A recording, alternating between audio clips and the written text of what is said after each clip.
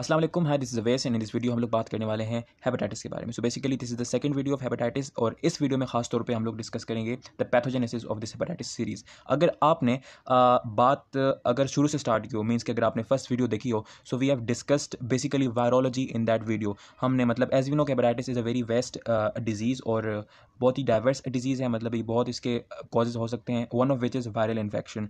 और पिछली वीडियो में हम लोग ने उस वायरल इन्फेक्शन के जितने भी मेन वायरसेस थे जो कि हेपेटाइटिस को रिजल्ट कर रहे थे, उसको हम लोगों ने डिटेल में उसकी वायरोलॉजी को स्टडी किया है, उसकी life cycle what ever all of the material was, हम लोगों ने उस आपको कवर किया है। एंड नाउ हम लोग इस वीडियो में इस बात को डिस्कस करेंगे कि वो तमाम के तमाम वायरस इस हेपेटाइटिस को किस तरह से कॉज करते हैं, मीन्स कि we are dealing with the pathogenesis of hepatitis. But before going into the pathogenesis let us first discuss the comparative virology. Now what do you mean by comparative virology? Because as we know कि यार देखो, जितने भी viral infections होते हैं ना, और ख़ास तौर पे वो इन्फेक्शंस या वो स्टडीज़ जिसमें आप लोग वायरस से डील कर रहे होते हैं, तो वायरस से डील करना बहुत ज़्यादा डिफिकल्ट हो जाता है। बिकॉज ये जो वायरसेस हैं, इनका स्ट्रक्चर, बिहेवियर, कैरेक्टरिस्टिक्स कुछ इस तरह के हैं ये मतलब नॉर्मल ह्यूमन थिंकिंग में नहीं आते। मतलब they are very complex to deal and complex to understand with, और ख़ास तौर पे जब ये इन्फेक्शन कॉज करें तो ही कुछ ज़्यादा ही कॉम्प्लेक्स हो जाते हैं। Now for example here as you can see के there are 5 major viruses, right? For example, HAV, HBV, HCV, HDV and HEV, they are all causing the same disease. तो अगर हम लोग वन बाय वन, मतलब for example HAV को देखेंगे वो किस तरह से डिजीज कॉज कर रहा है, मतलब इसको अलग स्टडी करें, इसको अलग करें, तो थोड़ा सा हमारे लिए मुश्किल और टाइम कंज्यूमिंग हो जाता है। तो there is a very easy strategy to deal with this problem कि आप उसको कंपेयर कर लें। So here we are doing the same, मतलब we are comparing all the characteristics of all of these different viruses which are linked with this hepatitis pathogenesis। मतलब कि ये जितने भी कैरेक्टर्स हम लोग यहाँ पर देखेंगे they are completely linked with this pathogenesis। मतलब इनका मतलब जितने भी यहाँ पर कैरेक्टरिस्टिक मैंने डिस्कस किए हैं, इसका डायरेक्ट कनेक्शन किसके साथ है? पैथोजेनेसिस के साथ। अच्छा, डिफ्रेंसिएशन इन सब वायरसेस की और भी बहुत सारे करेक्टर्स पर हो सकती है, लेकिन मैंने क्या कहा कि वहाँ पर सिर्फ और सिर्फ वो करेक्टर हम लोग डिस्कस कर रहे हैं, उन्हीं करेक्टर के ऊपर हम लोग इन वायरसेस को कंपेयर कर रहे हैं जिसका ताल्लुक हमारी पैथोजेनेसिस के साथ है। So let us discuss the comparative virology. So first of all here as you can see कि वो तमाम के तमाम करेक्टरिस्टिक्स हैं जिसके ऊपर हम लोग ये तमाम 5 वायरसेस जो हैं उनको कंपेयर या फिर डिफ्रेंशिएट करेंगे। So first is capsid shape. As you know कि वायरसेस के अंदर दो चीज़ें बहुत प्रोमिनेंट होती हैं और बहुत फंडामेंटल, मतलब दो चीज़ें आपको मिलेंगी ही मिलेंगी हर वायरस के अंदर। एक उसका प्रोटीन, मतलब कैप्सिड, मतलब प्रोटीन कवरिंग, प्रोटीन कोट, ठीक है, और दूसरा होता है उसका जीनोम, ठीक है। अगर प्रोटीन कोट के ऊपर बात करें तो protein coat as we know कि प्रोटीन हमेशा से एक खास शेप में होता है, ठीक है। सो यहाँ पर उस प्रोटीन की क्या शेप है उसकी बिहाफ के ऊपर हम लोग इन वायरसेस को कंपेयर करेंगे। So as we seen that के जो HDV है उसका जो कैप्सिड है वो रॉड शेप्ड है, मतलब उसकी जो कैप्सिड की शेप है वो रॉड लाइक है। इसके अलावा HBV, HAV, HCV और HEV जितने भी हैं उन सब के कैप्सिड आइकोसाहेड्रल हैं। नाउ आई बिलीव दैट कि आपको आइकोसाहेड्रल का मतलब पता हो because you have watched the previous video. अगर नहीं पता तो आइकोसा मीन्स 20 एंड हेड्रल मीन्स साइड, मतलब कि एक ऐसा कैप्सिड जिसकी 20 साइड्स होती हैं उसको आप लोग आइकोसाहेड्रल कहते हैं। अच्छा, नाउ एनवेलप के ऊपर डिस्कस करें तो हमें पता है ना कि एनवेलप क्या होता है। Yes, envelope is nothing but a lipid bilayer. और वो कहाँ से आती है? वो उसी वेसिकल से आती है जिस वेसिकल से वो वायरस जब एक सेल के अंदर से बनकर निकलता है, यानी एक उस सेल से जिसके अंदर मेम्ब्रेन बाउंड ऑर्गेनल्स हैं, उस ऑर्गेनल्स में से एक होता है गोल्जाई अपैरेटस। और आपको पता है कि जब भी कोई चीज़ सेल के अंदर बनती है तो वो गोल्जाई अपैरेटस में जाके एडवांस होती है, पैकेज होती है। और जब गोल्जाई अपैरेटस का एक रूल है कि वो जब भी कोई चीज़ अपने अंदर लेता है तो in the form of lipid bilayer content vesicle, मतलब वेसिकल की सूरत में चीज़ अंदर जाती है, और जब बाहर आती है तब भी वेसिकल की सूरत में आती है। सो कुछ चीज़ें होती हैं जिनकी ये एफिनिटी होती है कि वो उस वेसिकल को, यानी उस लिपिड बाइलेयर को अपने साथ कंबाइन रख लेती हैं, ठीक है। तो उसी लिपिड बाइलेयर को बाद में जाके हम लोग वायरसेस के केस में एनवेलप कहते हैं, ठीक है। HAV और HEV में वायरस ये जो एनवेलप है ये एब्सेंट होता है, मतलब इनमें नहीं होता है, ये लेक करते हैं। बाकी HBV, HCV और HDV में envelope is present, right now. अच्छा, एनवेलप का एक बहुत इंपॉर्टेंट रोल है कि ये इन वायरसेस को सेल के अंदर एंट्रेंस में बहुत हेल्प करता है।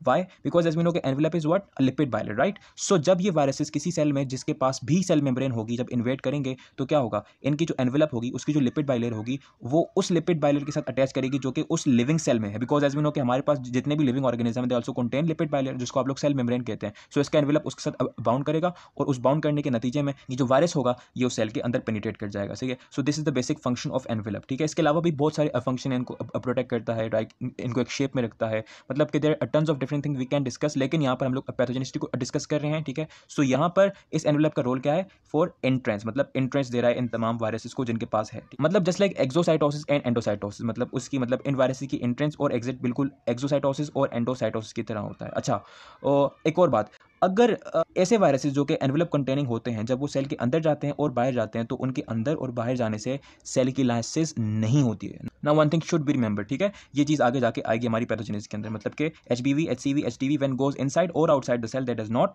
कॉज लाइसिस ऑफ सेल, ठीक है। अच्छा, अगर जीनोम के ऊपर बात करें, so HAV, HCV and HEV contain positive sense single stranded RNA as you know if you have watched the video. और इसके अलावा जो HBV है, it contain partially double stranded DNA, ठीक है, मतलब HBV is a DNA virus, ठीक है, as we know already. HDV is negative sense single stranded RNA, ठीक है। अच्छा, ये नेगेटिव पॉजिटिव क्या है, इसको मैं थोड़ी सी देर में डिस्कस करने वाला हूँ, कहीं मत जाएगा, ठीक है। अच्छा, अगर इंक्यूबेशन पीरियड के ऊपर बात करें कि how much time this viruses will take, यानी इनको कितना वक्त लगता है एक होस्ट में इंटर होने से लेकर उस होस्ट के अंदर वो डिजीज कॉज करने तक, यानी एक वायरस आपकी बॉडी में एंटर हुआ, वो आपसे लेकर जब आपके अंदर उस हेपेटाइटिस रिलेटेड सिम्टम्स पहली मरतबा अपेयर होंगे, मतलब वो एक्चुअल में डिजीज कॉज हो जाएगी, उस वक्त तक का जो टाइम है उसको आप लोग कहते हैं incubation period.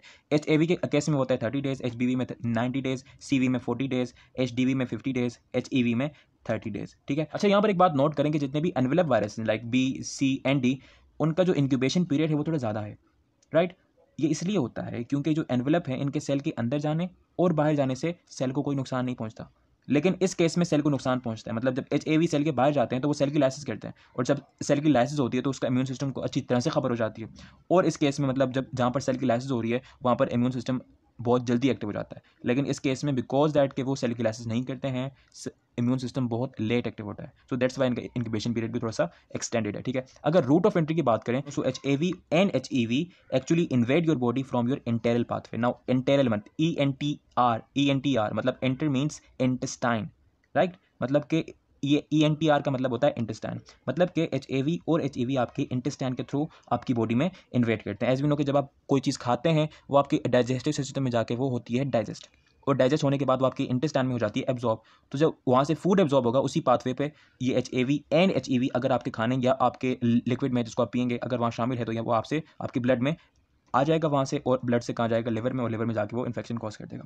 HBV, HCV and HDV can not invade from intestine, they always come from parenteral. Now par, the word par comes from para, so the word para means around, यानी कि parenteral means not in intestine, मतलब कि this bacteria can not invade from intestine, और intestine के अलावा जितने भी दूसरे रास्ते हैं, फॉर एग्जांपल बॉडी फ्लूइड के कांटेक्ट में सेक्सुअल ट्रांसमिशन आ जाती है इसमें, मदर अपने बेबी को थ्रो मिल्क या फिर ड्यूरिंग द बर्थ इस तरह से कन्वे कर सकती है, ठीक है। यानी कि इंटेस्टाइन के अलावा जितने भी रूट्स ऑफ ट्रांसमिशन है in which a body fluid of another person can contact into और विद योर बॉडी फ्लूइड, तो वहाँ से उस वायरस के ट्रांसमिशन के रास्ते हो जाते हैं, ठीक है। अच्छा, now there is a question कि why they can not invade in all envelope containing viruses, मतलब HBV, HCV, HDV। अच्छा, one thing should be remember, यहाँ देखें कि जितने भी एनवेलप कंटेनिंग वायरसेस हैं like B, C, D, they all can not invade from intestine. Can you know what's the reason behind that? The reason is very simple. As we know कि हमारे digestive system में होते हैं बहुत सारे enzymes, उन बहुत सारे एंजाइम्स में से एक एंजाइम होता है फोस्फोलाइपेज। नाउ फोस्फोलाइपेज मीन्स के एन एंजाइम विच क्लीवेज फोस्फोलिपिड, और आपको पता है कि जो लिपिड बाइलेयर होती है, इन शॉर्ट जो एनवेलप होता है, यानी जो सेल मेम्ब्रेन होती है, वो किसकी बनी होती है, वो फोस्फोलिपिड की बनी होती है, यानी कि your digestive system contain an enzyme which actually cleaves और ब्रेक्स और disintegrates the envelope of all of this envelope containing viruses, जिससे उनकी डिसइंटीग्रेशन हो जाती है, मतलब कि they all destroy in our digestive system because of the presence of phospholipase, so that's why they can not invade through enteral pathway, ठीक है। अगर सिवियरिटी के ऊपर बात करें कि ये जो HAV, HBV और HCV और HDV और HEV की कॉज हुई इन्फेक्शन है, ये कितने खतरनाक हैं। सो HAV और HEV माइल्डर इन्फेक्शन कॉज करते हैं, मतलब कि इनके infection within 1 to 2 months recover हो जाते हैं, ठीक है, मतलब they are not that much severe. लेकिन जो HBV और HCV और HDV हैं, they cause very very severe infections. Now why this is so much severe? Now this severity is directly contact with this envelope, क्योंकि मैंने बताया कि ये वायरसेस आपके सेल में जाएंगे और आएंगे लेकिन आपको पता ही नहीं लगेगा, मतलब कि आपका एक दुश्मन है जो कि आपके रिडार में नहीं आ रहा, मतलब इनविजिबल है, मतलब वो आपको नजर ही नहीं आ रहा, तो आप लोग उसको किस तरह से रहेंगे। लेकिन एक ऑन द अदर हैंड एक ऐसा आपका दुश्मन है जो कि आपके रिडार में आ सकता है, जिसको आप देख सकते हैं, जिसको आप डिटेक्ट कर सकते हैं, तो उसको मारना आसान है ना। So that's why all of this viruses because they can not comes under in contact with our immune system because that does not change anything in our body, क्योंकि मैंने बताया कि बिकॉज ऑफ एनवेलप वो cell के अंदर जाते हैं और बाहर आते हैं without any disruption of system.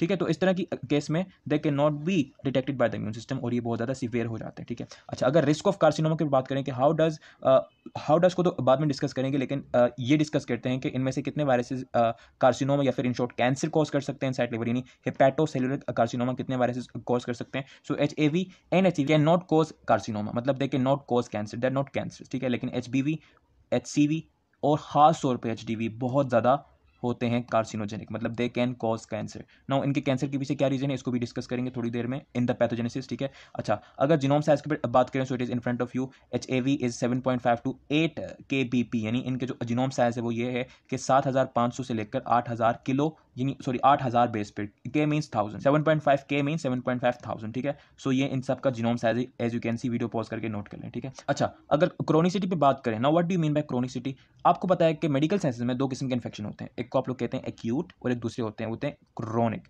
Acute वो इन्फेक्शन जिनका टाइम ड्यूरेशन 6 मंथ या फिर 6 मंथ से कम होता है। अच्छा, जनरल प्रोस्पेक्टिव ये है कि वो बीमारियां जो कि लंबी चलती हैं उसको आप लोग कहते हैं कि दे आर क्रोनिक डिजीज, और जो कि कम चलती हैं मतलब टाइम ड्यूरेशन में कम होती हैं उनको आप लोग कहते हैं एक्यूट हैं वो। ठीक है। अच्छा, नाउ वन थिंग यार, के साइंस में जजमेंट नाम की कोई चीज़ नहीं होती, मतलब अंदाज़ा नहीं लगाया जाता। आपको कहा जाता है कि यार हमें एक फैक्ट दो या तो हमें एक फिगर दो जिससे हमें एग्जैक्ट पता लग सके कि क्या है। तो बाज बुक में ये फिगर है 6 मंथ के, अगर कोई बीमारी 6 मंथ से ज़्यादा की है तो आप लोग कहते हैं कि जनाब वो क्रोनिक है, और अगर उससे कम की है तो वो एक्यूट है। HAV and HCV they are acute virus which can cause acute infection, मतलब इनके कॉज हुए इन्फेक्शन क्या होते हैं, लेस देन 6 मंथ पर होते हैं, मतलब 6 मंथ के अंदर अंदर वो होंगे भी, कंप्लीट पाथवे भी होगा उनका और वो रिकवर भी हो जाएंगे। But in case of HBV, HCV and HDV they are highly chronic, खासतौर पे HCV। Now why HCV is chronic, अगर आपने पिछली वीडियो देखी होगी तो आपको पता होगा, it's because this virus lacks 5' to 3' exonuclease enzyme. If you not watch that video so I will must recommend that, कि मैंने उस वीडियो में बहुत बहुत इंपॉर्टेंट अच्छे से डिस्कस की है, प्लीज वॉच दिस वीडियो। ठीक है। अच्छा, सो अगर बात करें कि एंटी सीरा कौन सी बनती है इन वायरस के खिलाफ, मतलब कि एज वी नो के हर चीज़ की होती है एंटीजन, मतलब हर चीज़ के पास होता है जो कि हमारी बॉडी में फौरन होती है उसके पास होते हैं एंटीजन, और एंटीजन का दूसरा नाम एंटी सीरा। ठीक है। HBV के केस में होते हैं HBCSE एंटीजन, मतलब C फॉर कैप्सिड, मतलब कैप्सिड के प्रोटीन्स, S फॉर सरफेस यानी कि उसके एनवेलप के ऊपर जो प्रोटीन्स होते हैं जो एंटीजन होते हैं। ठीक है। और E मीन्स आल्सो एनवेलप, लेकिन ये खास तौर के होते हैं जो कि कैप्सिड और उस एनवेलप के दरमियान प्रेजेंट होते हैं। ठीक है। और एक और प्रोटीन होता है जो कि इस वायरस के अंदर, यानी इस वायरस की जीनोम के अंदर होता है, विच इज HBX। इसके खिलाफ भी एंटीजन बन सकते हैं। नाउ HBX का क्या रोल है इसको भी मैंने पिछली वीडियो में डिस्कस कर रखा है। ठीक है। अगर बात करें HCV के अंदर, तो इसके अंदर भी वो होते हैं CSE, यानी C for core in capsid, S for surface यानी envelope, and E for also envelope which is present in between envelope and capsid। HDV के अंदर होता है सिर्फ और सिर्फ HD एंटीजन। नाउ एक बात याद रखिएगा कि HDV सिर्फ और सिर्फ एक एंटीजन कोड करता है या फिर एक प्रोटीन कोड करता है, कह सकते हैं, मतलब इसके पूरे के पूरे जीनोम में सिर्फ और सिर्फ एक प्रोटीन होता है, विच इज HDAG, मतलब HD एंटीजन, यानी हेपेटाइटिस HD वायरस। ठीक है, एंटीजन। ठीक है। HEV के केस में होता है HE यानी हेपेटाइटिस E कोर या फिर कैप्सिड एंटीजन। ठीक है। तो ये थी आपके पास कुछ comparative biology. Let's now talk about this positive and negative sense के उसका क्या बेसिकली मतलब होता है। सो now let us discuss that के पॉजिटिव और नेगेटिव सेंस का क्या मतलब होता है, बिकॉज एज वी नो के जो HAV, HCV एंड HEV है उसका जीनोम कौन सा है, positive sense single stranded RNA, and on the other hand HDV का genome negative sense single stranded RNA। So basically what do you mean by this positive और negative. देखें, as we know कि हर living organism में एक process होता है जिसमें वो अपने DNA से प्रोटीन बनाता है, राइबोसोम्स, मतलब इस पूरे प्रोसेस को आप लोग कहते हैं जीन एक्सप्रेशन। होता कुछ यूँ है कि DNA से एट फर्स्ट बनती है mRNA, इस प्रोसेस को आप लोग कहते हैं ट्रांसक्रिप्शन। ठीक है। यानी DNA को ट्रांसक्रिप्ट करके mRNA जनरेट किया जाता है और फिर mRNA को ट्रांसलेट करके प्रोटीन जनरेट किया जाता है। So this basically as you can see के ALA, VLSER, GLY ये क्या है, ये अमाइनो एसिड्स हैं जो आपस में जुड़े हुए हैं। There are 4 amino acids, for example alanine, valine, serine, glycine. इन 4 अमाइनो एसिड को जोड़कर प्रोटीन बनता है, बिकॉज एज वी नो कि amino acid are the building block और द मोनोमर ऑफ प्रोटीन ना, for example this is the protein. ठीक है। अच्छा, नाउ एज वी नो कि होता कुछ यूँ है कि जो mRNA होता है उसकी कॉम्प्लीमेंटेशन में आके बैठता है tRNA ऑन राइबोसोम, और उस tRNA के साथ होता है क्या, अमाइनो एसिड, और जिस जिस तरह से इसकी कॉम्प्लीमेंटेशन के ऊपर वो tRNA बैठते जाते हैं तो उनके साथ जितने भी अमाइनो एसिड होते हैं वो उस चेन में जुड़ते जाते हैं और अमाइनो एसिड की लंबी चेन या इन शॉर्ट प्रोटीन जनरेट होता जाता है। नाउ अब समझते हैं कि पॉजिटिव एंड नेगेटिव सेंस है क्या। असल में ये स्टार्ट होता है DNA से। नाउ अब मुझे बात बताओ कि मुझे ये प्रोटीन जनरेट करना है, और इस प्रोटीन की जो tRNA है उसका बेस है या उसकी बेस पेयरिंग है ये, फॉर एग्जाम्पल एलेनिन का है AAA, वेलिन का है CCC, सीरीन का है TTT, ग्लाइसिन का है ATA। ठीक है। अच्छा, अब मुझे बताओ कि फॉर एग्जांपल ये आपके पास mRNA को मैं थोड़ी देर के लिए छुपा देता हूँ, और मैं आपसे पूछता हूँ कि बताओ कि अगर मुझे ये प्रोटीन जनरेट करना है तो मैं इस डीएनए की, एज वी नो के DNA is a double strand ना, तो मैं इस डीएनए की कौन सी स्ट्रैंड से एमआरएनए जनरेट करूँ, इससे या फिर इससे? Now pause the video and think about that. So देखें, अगर मैं इस डीएनए की स्ट्रैंड को कॉम्प्लीमेंट करके एमआरएनए जनरेट करता हूँ तो सीक्वेंस क्या बनेगा? Like A C C C T T T and A T A. For example मैंने सोचा कि यार मुझे ये वाली प्रोटीन बनानी है तो मैं इस वाली स्टैंड से अपनी एमआरएनए जनरेट कर देता हूँ। तो फॉर एग्जाम्पल ये मैंने क्या बना दिया, this is my mRNA, right. अच्छा, अगर मैं इस एमआरएनए को रीड करूँगा तो देखते हैं कि क्या ये टीआरएनएज उसी सीक्वेंस के ऊपर बैठ पाएंगे। तो फॉर एग्जांपल मुझे यहाँ पर मतलब एट फर्स्ट मुझे बिठाना है इस AAA को, यानी कि alanine containing tRNA. Now what are this codon? This codon are basically what? TRNA which actually, अच्छा टी मींस ट्रांसफर, ये ट्रांसफर करते हैं अमाइनो एसिड को, राइट। अच्छा, तो मुझे बताइए क्या AAA के ऊपर AAA बैठ सकता है? मतलब कि can AAA complement with AAA? ये in short can A can be paired with A? The answer is no ना, बिकॉज हमें पता है कि A always pair with T and G always pair with C।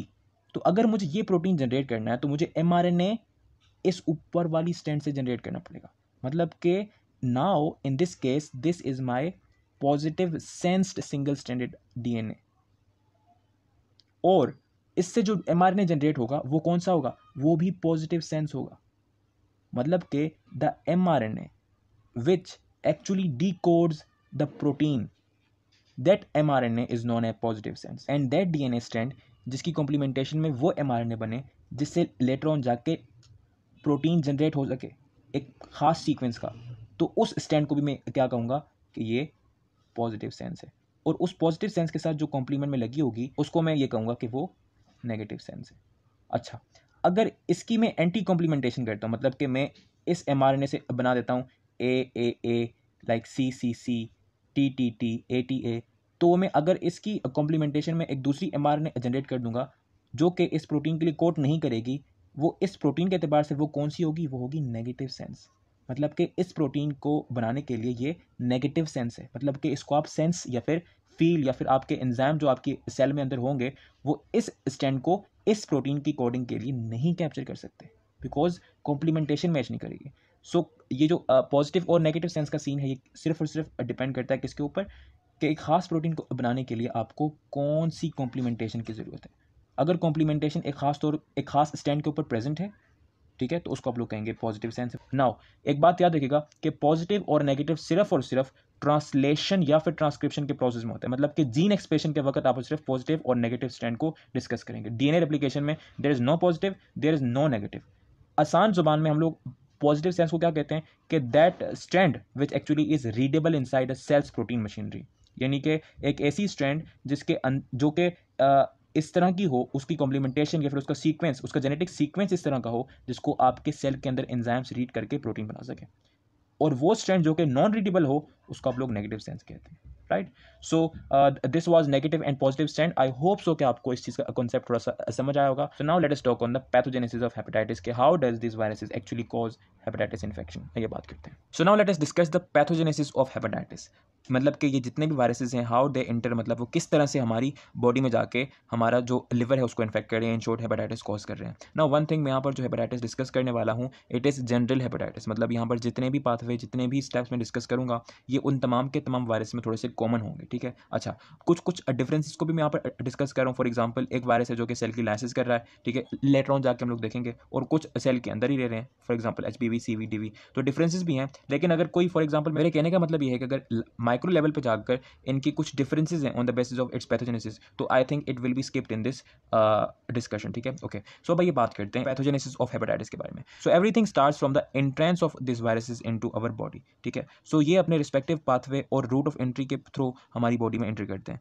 Some of them are enteral, for example HEV, NAV, and some of them are parenteral, for example B, C and D, ठीक है. So they InvIT into the body, और ये InvIT करते हैं हमारी body को और direct in contact में आते हैं हमारे ब्लड के. And when ever any virus is in our blood, तो हम लोग उस कंडीशन को कहते हैं वायरीमिया, और वायरस इनसाइड ब्लड, ठीक है. So through blood, as we know के blood is a transporting material, it transport oxygen and carbon dioxide from lungs to the all part of the body. So blood is also good vehicle for all of the pathogenesis, मतलब कि mostly जो pathogenesis होते हैं वो body के एक part से दूसरे पार्ट में ब्लड के थ्रू ट्रैवल करते हैं. So they invade from the site of their entry towards the liver or into the hepatocyte. So they reach hepatocyte of liver via blood, because as we know के liver, in short hepat, is made up of cell because it is an organ ना. So liver के cell को आप लोग कहते हैं hepatocytes, मतलब कि these viruses invade or reach in the hepatocytes ताकि वो वहाँ पर जाके अंदर infection cause कर सकें, because virus always cause infection inside the cell, मतलब उसकी life cycle ही carry out होती है inside the cell, it does not exist extracellular, ठीक है. अच्छा, so they reach hepatocytes. hepatocyte में reach करने के बाद they will enter into the hepatocyte,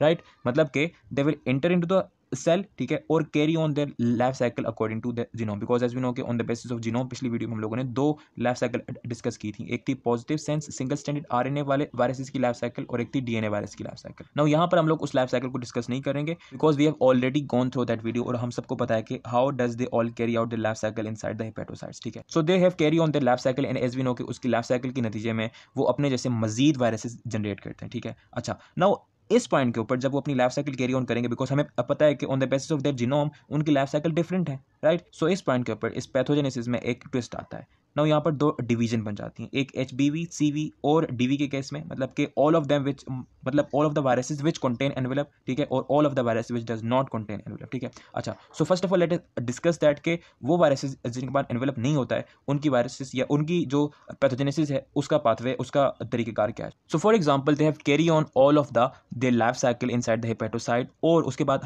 हमें पता है कि दे कॉज सेल लाइसिस. अच्छा, ये किस केस की बात है, ये HAV और HEV की बात है, because they can not contain envelope. तो वो क्या करेंगे, वो सेल लाइसिस करेंगे, मतलब कि उनको अगर सेल से बाहर निकलना है टू इन्फेक्ट न्यू सेल्स, तो उनको सेल की लाइसिस करनी पड़ेगी. So they cause cell lysis via apoptosis, और वो सेल से बाहर निकल जाएंगे. और हमें पता है कि whenever in our body any cell which lysed, यानी जब भी कोई सेल लाइस होता है या फिर उसकी लाइसिस होती है, so they release some cytokines और some secretory substances. For example cytokines, interleukins, tumour necrotising factors. असल में इन रिलीजन का जो मेन मकसद है वो ये है कि इम्यून सिस्टम को आगाह किया जाए कि आया तो वह सेल डेड हो गया या तो यहाँ पर कुछ गड़बड़ है, ठीक है. सो सेल लाइसिस हुआ because of this hepatitis induced apoptosis, ठीक है. And when cell gets lyse, so it release some cytokines, interleukins and tumor necrotic factor alpha, ठीक है. And we all know all of the substances are immuno attractants, मतलब कि they can attract immune system और immune cells, ठीक है. So जब ये release हुए, so these interleukins and tumour necrotising factors will attract other immune cells to liver and also induces inflammation, because as we know कि hepatitis और liver की inflammation तो होता ही कुछ यूँ है कि जब कोई सेल लाइस होता है तो वो रिलीज करता है ये तमाम चीज़ें. And we also know that all of this substances are immunoattractant and plus they are also inflammatory causing, मतलब कि जिस पोजीशन के ऊपर रिलीज होते हैं ये तमाम चीज़ें, वहाँ पर बड़ी तादाद में एक और चीज़ रिलीज होती है जिसको आप लोग कहते हैं हिस्टामीन, जिसको आप लोग कहते हैं histamine. Now this histamine is responsible for inflammation, और इसी इन्फ्लेमेशन की वजह से इसको हेपेटाइटिस कहा जाता है. अच्छा, हुआ क्या, वो ये कि सेल की लाइसिस हुई, और उस सेल लाइसिस के नतीजे में इसने कुछ चीज़ें रिलीज़ की, और इस रिलीजन की वजह से बहुत सारे इम्यून सेल्स और इन्फ्लेमेशन आपके लिवर के अंदर आ गई. मतलब पहले तो आपके लिवर के अंदर हुई इन्फ्लेमेशन ताकि जो बड़े बड़े इम्यून सेल्स हैं वो आपके लिवर के टिश्यू के अंदर आ सकें, और बहुत सारे इम्यून सेल्स आपके लिवर के अंदर रश्ड हुए, मतलब आपके लिवर की तरफ भागे भागे चले आए to sort out the problem on the attraction or on the signal of this immune attractants or cytokines, interleukin और tumor necrotic factors, ठीक है. अच्छा, जो tumor necrotic factors and interleukin यहाँ पर मेजरली आपको मिलेंगे, first of all interleukin 1 and interleukin 6, ठीक है, और ट्यूमर निक्रोटिंग फैक्टर अल्फा. अच्छा, सो हुआ क्या, हुआ ये कि इस सेल की लाइसिस की वजह से उस लिवर के अंदर एक तो इन्फ्लेमेशन हुई और बहुत सारे इम्यून सेल्स आ गए. अच्छा, एक और बात, अगर आपको पता हो कि वेन एवर अ वायरस और अ पैथोजन इन्फेक्ट सेल, तो जो हमारी बॉडी के जितने भी न्यूक्लिएटेड सेल्स हैं ना, वो अपने सरफेस एंटीजन कुछ इस तरह से चेंज करते हैं ताकि इर्द गिर्द के जो सेल हैं या खासतौर पे जो इम्यून सेल्स हैं उनको सिग्नल मिल जाते हैं कि इन सेल में कुछ गड़बड़ है. तो जब वो इम्यून सेल्स जिनमें cytotoxic cells, macrophages, monocytes, B cells, T cell, वो जब लिवर के अंदर आएंगे तो वो उन तमाम सेल को डिटेक्ट करेंगे जिनके अंदर इन्फेक्शन होगा, और वो उन तमाम सेल को डैमेज कर देंगे, मतलब उन तमाम सेल की लाइसिस करेंगे, उनको एपोप्टोसिस करेंगे, तो उनको फेगोसाइटोस कर लेंगे. सो व्हाट हैपेंड, हुआ ये कि उस एक सेल या फिर उस मल्टीपल, यानी फॉर एग्जांपल लाजमी नहीं कि एक ही सेल हो, मोर देन वन भी हो सकते हैं, मतलब कि कुछ सेल क्लासेस की वजह से बिकॉज ऑफ इन्फेक्शन ऑलरेडी हुआ था, मतलब कि ऑलरेडी उस तमाम जो हेपेटोसाइट्स के जो एंटीजन्स थे बिकॉज ऑफ इन्फेक्शन, मतलब एक नॉर्मल है कि वेन एवर एनी वायरस और एनी पैथोजन इन्फेक्ट, यानी जब भी कोई गड़बड़ होती है तो जो आपके सेल्स होते हैं, ठीक है, आपकी बॉडी के, वो अपने सरफेस एंटीजन, मतलब खास तौर पे MHC, आगे जाके ऊपर हम लोग डिस्कस करेंगे, MHC मेजर हिस्टोकम्पैटिबिलिटी क्लास 1 के जो एंटीजन होते हैं वो कुछ इस तरह से अपने आप को चेंज करते हैं कि they are detectable to immune cell and immune cell can do something, यानी कैन डू सम एक्शंस, और इम्यून सेल का एक्शन क्या होगा, एग्जैक्टली किलिंग ऑफ सेल्स, ठीक है, तो वो उन तमाम सेल को किल कर देंगे, और वहाँ पर जो सिस्टम हुआ उससे ओवरऑल हमारे लिवर को डैमेज हुआ, बिकॉज वायरस ने तो सिर्फ और सिर्फ हमारे सेल के अंदर ग्रो किया ना, लेकिन उस ग्रो करने के नतीजे में उसने जो इन्फ्लेमेशन और इम्यून सिस्टम को अट्रैक्ट किया टुवर्ड्स द लिवर, उसकी वजह से हमारे बहुत बहुत सारे लिवर सेल्स या इन शॉर्ट लिवर डैमेज हुआ। अच्छा, एक और बात, देयर इज अ क्वेश्चन, क्या वायरस के आपके सेल के अंदर ग्रो करने से, मतलब अपनी लाइफ साइकिल अपने सेल के अंदर कैरी ऑन करने से और अपने जैसे मजीद वायरस बनाने से, क्या महज इसी वजह से आपकी बॉडी के अंदर इतने सारे कॉम्प्लिकेशन जनरेट होती हैं? The answer is no. मतलब कि मैं ये कहना चाहता हूँ कि जितनी भी कॉम्प्लिकेशंस इन हेपेटाइटिस या इन एनी अदर इन्फेक्शन आपकी बॉडी में होती हैं, it's all because self mediated immune response, मतलब आपकी बॉडी के अपनी ही immune system because of some characteristics of your infected cells, वो उन तमाम के तमाम इन्फेक्टेड सेल्स चूँकि हेल्थी भी हों, मतलब वो आपकी बॉडी के नॉर्मल फंक्शन भी परफॉर्म कर रहे हों, लेकिन अगर वो इन्फेक्टेड हैं, मतलब उनके सरफेस एंटीजन चेंज हैं, तो वो आपका सेल्फ इम्यून सिस्टम, यानी आपका अपना इम्यून सिस्टम उन तमाम सेल को डैमेज कर देगा। इन शॉर्ट आपका लिवर डैमेज हो रहा है इन दिस केस में। तो ये तो था एक केस के अंदर के अगर उस सेल की लाइसिस हो वाया HAV और HEV, चूंकि उनका फीचर है because that does not contain envelope, वो सेल की लाइसिस करेंगे, और सेल की लाइसिस में हमने देखा कि किस तरह से ये तमाम की तमाम डिस्ट्रक्शन हुई ऑफ अवर ओन ऑर्गन, ठीक है। सो अब आइए दूसरे पाथवे के ऊपर बात करते हैं कि how does HBV, HCV and HDV, or in short enveloped containing viruses actually cause damage in our liver. So in case of HBV, HCV and HDV, because as we know that they all contain envelope, ये जब cell से बाहर निकलेंगे और cell के अंदर जाएंगे, ये सेल की लाइसिस नहीं करेंगे बिकॉज दे कंटेन एनवेलप, और हमें पता है कि वो क्यों नहीं कर पाते, ठीक है। अच्छा, बट क्वेश्चन अराइजेस कि अगर वो सेल की लाइसिस नहीं करते हैं तो हमारी जो बॉडी के अंदर या इन शॉर्ट हमारे लिवर के अंदर जो इतना डैमेज होता है, इतना नुकसान होता है, वो क्यों होता है? असल में मैंने बताया कि whenever your body cell damages और उसको कोई इशू होता है, कोई प्रॉब्लम होती है, कोई उसका सिस्टम डीरेगुलेट हो जाता है, डिसरेगुलेट हो जाता है, कोई न्यूट्रिशन के इशू होते हैं, तो वो हमेशा से दूसरे सेल्स को सिग्नल देने का काम करते हैं ताकि दूसरे बच सकें, राइट। तो उस केस में वो एक काम ये करते हैं कि फॉर एग्जांपल खास तौर पे तब जब उनको वायरल इन्फेक्शन होती है, उनकी सेल मेम्ब्रेन के अंदर कोई इस तरह का सब्सटेंस इंटर होता है जो कि फ़ौरन होता है, तो वो क्या करते हैं कि उस सब्सटेंस के कुछ एंटीजेंस, कुछ पोर्शन अपने सेल के ऊपर, यानी अपनी सेल सरफेस के ऊपर एक खास तरह के एंटीजन जिसको आप लोग MHC यानी मेजर हिस्टोकम्पैटिबिलिटी क्लास 1 के एंटीजन कहते हैं, उनके ऊपर उन एंटीजन उससे ये होता है कि वेन एवर दूसरे बॉडी के सेल उस एंटीजन के जिसके ऊपर वो फॉरेन एंटीजन अटैच्ड है उसके साथ कॉन्टैक्ट में आता है, तो उनको सिग्नल मिलता है कि यार there is something wrong, there is something foreign in our body और इन अवर टिश्यू, और वो दूसरे जो बॉडी के सेल्स हैं वो उसके खिलाफ कोई एक्शन करते हैं या फिर उससे बचने की कोशिश करते हैं, ठीक है। अच्छा, सो इसी तरह से whenever all of this viruses effect you, तो एज वी नो कि that does not cause lysis of cell, so जिन सेल में ये ग्रो करते हैं वो सेल ये करते हैं कि अपने MHC या फिर मेजर हिस्टोकम्पैटिबिलिटी क्लास 1 एंटीजन के ऊपर उन वायरसेस के कुछ एंटीजन लगा लेते हैं, ठीक है। सो हुआ कुछ यूँ है, हेपेटोसाइट्स जो हैं वो डैमेज हैं या फिर वो इन्फेक्टेड हैं, और they are infected by HBV, HCV and HDV which does not cause cell lysis, और उसके नतीजे में सिर्फ और सिर्फ जो हेपेटोसाइट्स हैं उन्होंने अपने MHC1 जो एंटीजन है उनके ऊपर वो फॉरेन एंटीजन लगाए हुए हैं।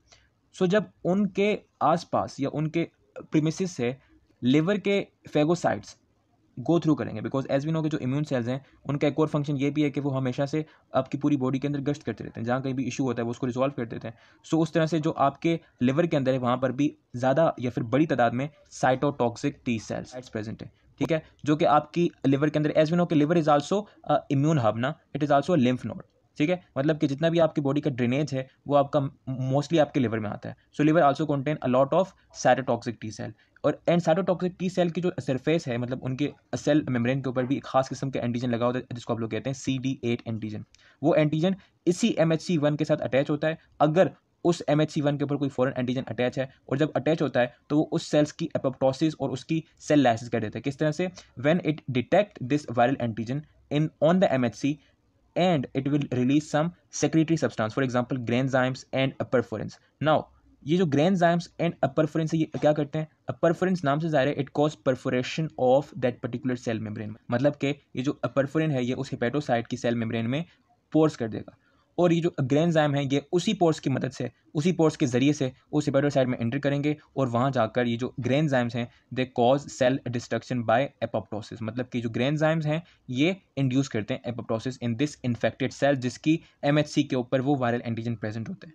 तो इन शॉर्ट हुआ क्या, यहाँ पर भी आपके अपने इम्यून सिस्टम ने, आपके अपने इम्यून सेल्स ने, आपकी सेल्फ मेडिकेटेड इम्यून रिस्पॉन्स की वजह से आपका जो लिवर है वो डैमेज हुआ, बिकॉज एज वी नो के all of this viruses have high incubation period ना, यानी इनके इंक्यूबेशन पीरियड ज़्यादा होते हैं, मतलब जब आपकी बॉडी में सिम्टम्स अपेयर होते हैं तब तक आपके बहुत बहुत सारे हेपेटोसाइट इन्फेक्ट हो जाते हैं, और एज वी नो कि जब एक सेल लाइस होगा वाया दिस प्रोसेस तो वो क्या रिलीज करेगा, exactly they will also release tumour necrotising factors, interleukins and cytokines, जो कि जाके अदर इम्यून सेल्स को अटैक करेंगे, and they also cause inflammation, मतलब कि इस केस में भी आपकी इन्फ्लेमेशन होगी, और आपके अदर जो इम्यून सेल्स हो गए वो भी आपके लिवर के अंदर भागे भागे आएंगे, और जब वो आएंगे तो एज वी नो के ऑलरेडी वहाँ पर इन्फेक्शन बहुत ज़्यादा अमाउंट में हो चुका है, यानी कि बहुत बहुत सारे हेपेटोसाइट्स के सरफेस एंटीजन, मतलब MHC1 भी के ऊपर भी वो वायरस एंटीजन लगे हुए हैं, मतलब कि all of the hepatocytes are infected which will be detected by the coming immune cells, और वो उनके खिलाफ एक्शन करेंगे और उनको किल करने की कोशिश करेंगे, यानी कि इन शॉर्ट यहाँ पर भी आपकी सेल्फ मेडिएटेड इम्यून रिस्पॉन्स की वजह से आपके लिवर का डैमेज हुआ। So now what happen after this liver damage, हमने देखा कि दोनों पाथवे में, मतलब HAV and EV and HBV CV DV के पाथवे में भी आपका लिवर डैमेज हुआ। सो लिवर डैमेज मतलब आपके लिवर की सेल्स की डिस्ट्रक्शन की वजह से होगा क्या, सो आइए उसके ऊपर बात करते हैं। सो एज वी नो कि क्रोनिक हेपेटाइटिस जो आपका इन्फेक्शन होता है वो बहुत ही प्रोलॉन्ग होता है और बहुत लंबा चलता है। सो इन्फेक्शन के लंबे चलने की वजह से ज़्यादा हेपेटोसाइट्स इन्फेक्टेड होते हैं, मतलब कि ज़्यादा से ज़्यादा हेपेटोसाइट्स के जो एंटीजन्स हैं वो चेंज हो जाते हैं, मतलब कि because of chronic hepatitis in HBV and HCV, because as you know that they are the most common reasons of chronic hepatitis, a lot of cells will be damaged and last, ठीक है। और जब बहुत ज़्यादा cell जो हैं वो last होते हैं तो एज वी नो कि whenever cell lies या फिर आपकी सेल की इंजरी होती है वाया नेक्रोसिस और एपोप्टोसिस, तो उसके ऊपर बन जाता है स्कार और अ डेड टिश्यू, बिकॉज आपको पता है कि आपको जब कभी आपको ज़ख्म हुआ होगा या आपको चोट लगी होगी तो उसके ऊपर एक ब्राउन कलर सा एक डेड कवरिंग क्रिएट हो जाती है, ठीक है। So that particular brown tissue is known as scar. सो इसी तरह से आपके लिवर के अंदर भी वो स्कार बनने लगता है, बिकॉज आपके बहुत बहुत सारे सेल्स जो हैं वो डैमेज हो रहे हैं एज यू नो ना। सो डैमेज और dead cell undergo the process of fibrosis. अच्छा, स्कार बनने का जो अमल है उसको आप लोग कहते हैं फाइब्रोसिस, यानी होता है कि बहुत सारी प्रोटीन्स यानी फाइब्रिन एक्टिन प्रोटीन्स जो कि आपके ब्लड में प्रेजेंट होते हैं, इसके अलावा जो आपके प्लेटलेट्स हैं वो उस डैमेज एरिया को कवर करते हैं और उसके ऊपर एक डेड सी कवरिंग कर देते हैं जिसको आप लोग स्कार कहते हैं, और इस प्रोसेस को हम लोग कहते हैं कि वो फाइब्रोसिस का अमल हुआ है, ठीक है। अच्छा, सो हुआ क्या, if this scar is prolonged, मतलब अगर ये स्कार लंबा चले, क्योंकि अगर ये इन्फेक्शन लंबा है तो बहुत बहुत सारे सेल्स भी मजीद होते जाएंगे इन्फेक्ट, और अगर मजीद इन्फेक्ट होंगे तो मजीद किल होंगे, और अगर किल होंगे तो वहाँ पर स्कार बनेगा, मतलब कि अगर स्कार का प्रोसेस जितना लंबा होगा और जितना परसिस्टेंट होगा so it will result in large area of fibrosis in the liver and results in the restriction of blood flow.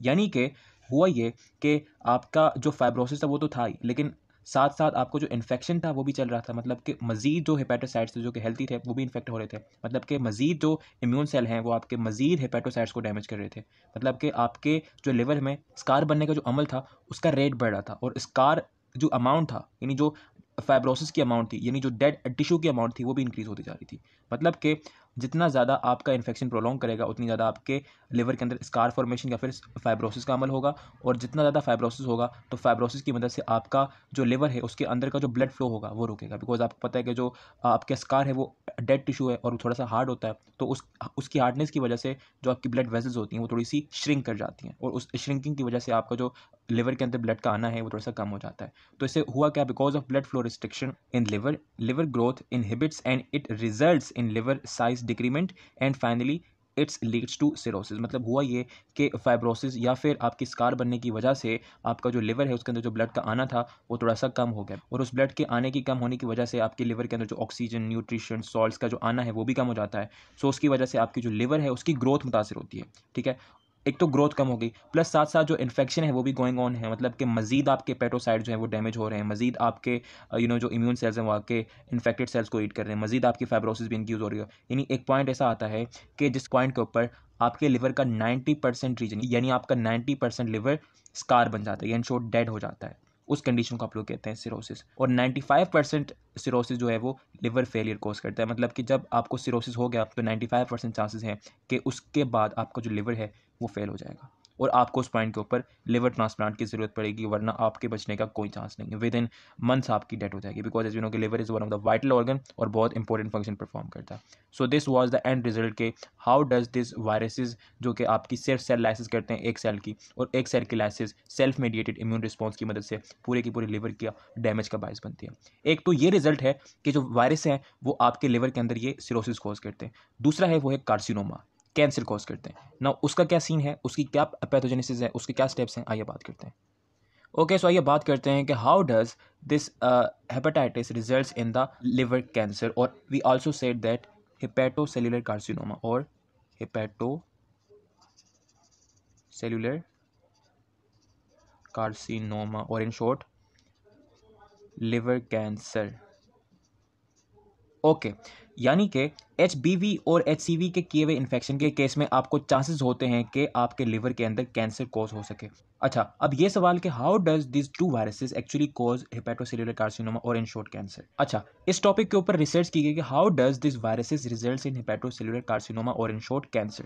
सो उस रिसर्च के नतीजे में कुछ हमें पता लगा कि यार ये रीज़न है जिसकी वजह से ये कैंसर हो जाता है। HBV के केस में एज वी नो, अगर आपने इसकी लाइफ साइकिल पढ़ी हो तो उसमें आपको ये पता होगा, if you have watched the previous video, कि इसकी लाइफ साइकिल में एक ऐसा फेज आता है जिसके ऊपर वहाँ पर cccDNA बन जाता है, और in short covalently combined circular DNA बन जाता है, और इन शॉर्ट आप इसको प्रोफेज भी कह सकते हैं as far as lysogenic cycle is concern, prophase. तो ये जो DNA है ये हमारे जीनोम में आ जाता है, यानी हमारे जीनोम के साथ मिल जाता है। साइलेंट तो होता है, मतलब कि होता ही है कि ये जो cccDNA बनने का अमल होता है, इसके बाद दो फेज होते हैं। अगर आपने लाइफ साइकिल देखी हो पिछली वीडियो में, एक फेज में ये DNA अपने आप को ट्रांसक्रिप्ट करवाएगा, और एक फेज में ये साइलेंट होकर हमारे जीनोम के साथ मिलेगा, और हमारे जीनोम में जो आपके रेप्लिकेटिंग जीन्स होंगे, रेप्लिकेटिंग जीन,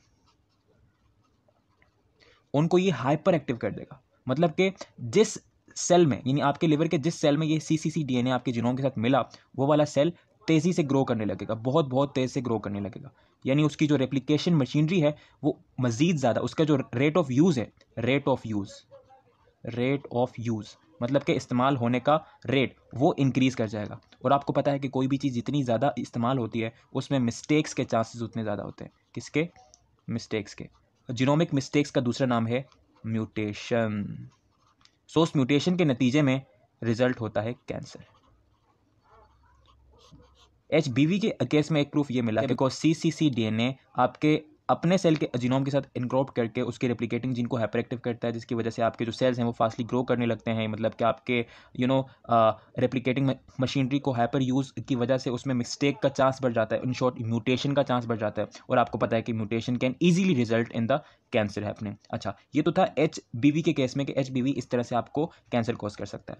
HCV के केस में ये चीज़ टोटली डिपेंड करती है ऑन द इन्फ्लेमेशन। एक और बात, inflammation can also cause you cancer, because what is basically cancer ना। कैंसर क्या होता है? कैंसर एज वी नो कि all living organism is like that, मतलब कि एक न्यूक्लियस है और उसके इर्द गिर्द एक न्यूक्लियर एनवेलप है, और बाहर में एक सेल मेम्ब्रेन है, और उस सेल मेम्ब्रेन के अंदर आपके डिफरेंट किस्म के ऑर्गेनल्स हैं, और ये सेल है।